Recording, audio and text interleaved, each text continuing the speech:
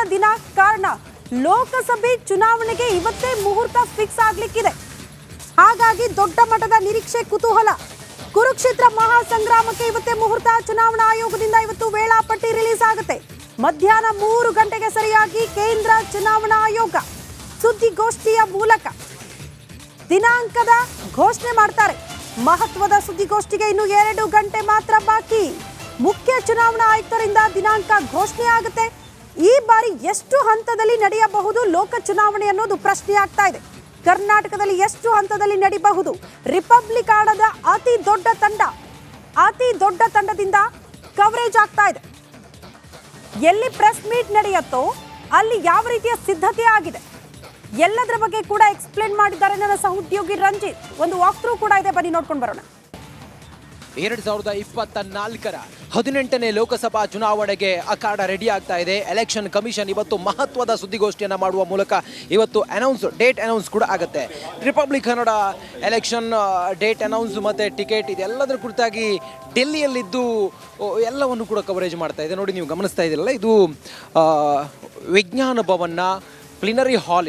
ಈ ಪ್ಲಿನರಿ ಹಾಲ್ನಲ್ಲಿ ಮುಖ್ಯ ಚುನಾವಣಾ ಅಧಿಕಾರಿಗಳು ಸೇರಿದಂತೆ ಚುನಾವಣಾ ಅಧಿಕಾರಿಗಳು ಮತ್ತು ಚುನಾವಣಾ ಆಯುಕ್ತರು, ಇನ್ನುಳಿದಂಥ 2 ಚುನಾವಣಾ ಆಯುಕ್ತರು ಕೂಡ ಇಲ್ಲೇ ಬಂದು ಸೇರ್ತಾರೆ. ನೋಡಿ, ಇಲ್ಲಿ ನೋಡ್ಬೋದು ನೀವು ಯಾರ್ಯಾರು ಬಂದು ಕೂರ್ತಾರೆ ಅನ್ನೋದಕ್ಕೆ ಅವರ ನೇಮ್ ಮತ್ತು ಅಲ್ಲಿ ಸಿಟ್ಟಿಂಗ್ ಕೂತ್ಕೊಳ್ಳೋದಕ್ಕೆ ಗೌರ್ಮೆಂಟ್ ಅಫಿಷಿಯಲ್ಸ್ಗೆ ವ್ಯವಸ್ಥೆಯನ್ನು ಮಾಡಲಾಗಿದೆ.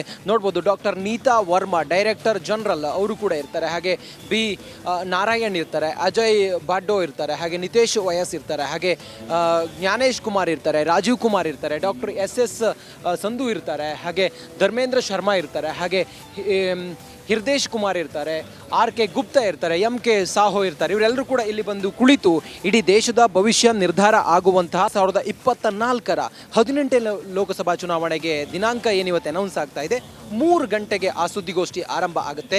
ಇಡೀ ದೇಶದ ಚಿತ್ತ ಈಗ ಈ ಒಂದು ಸುದ್ದಿಗೋಷ್ಠಿಯ ಮೇಲೆ ನಿಟ್ಟಿರೋದು. ನೋಡಿ, ಇಲ್ಲಿ ಕಾನ್ಫರೆನ್ಸ್ ಈ ಕಾನ್ಫರೆನ್ಸ್ನಲ್ಲಿ ಪ್ಲಿನರಿ ಹಾಲ್ನ ಕಾನ್ಫರೆನ್ಸ್, ವಿಜ್ಞಾನ ಭವನ ಪ್ಲಿನರಿ ಹಾಲ್ನ ಕಾನ್ಫರೆನ್ಸ್, ಇಲ್ಲಿ ಎಲ್ಲ ಮಾಧ್ಯಮದವರು ಕೂಡ ಆ ಸುದ್ದಿಯನ್ನು ಕವರ್ ಮಾಡೋದಕ್ಕೆ, ಅಂದರೆ ದಿನಾಂಕ ಏನು ಘೋಷಣೆ ಆಗ್ತಾ ಇದೆ ಅದನ್ನು ಕವರ್ ಮಾಡೋದಕ್ಕೆ ಸಕಲ ರೀತಿಯಲ್ಲೂ ಕೂಡ ವ್ಯವಸ್ಥೆಯನ್ನು ಮಾಡಿಕೊಂಡಿದ್ದಾರೆ.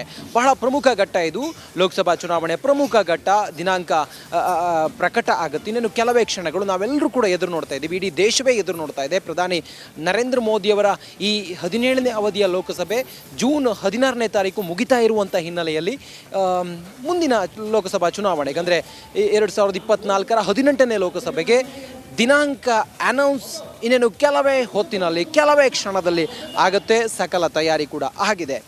ಕ್ಯಾಮ್ರಾ ಪರ್ಸನ್ ಮಧು ಜೊತೆ ನಾನು ರಂಜಿತ್ ಶಿರಿಯಾ, ರಿಪಬ್ಲಿಕ್ ಕನ್ನಡ, ಡೆಲ್ಲಿ.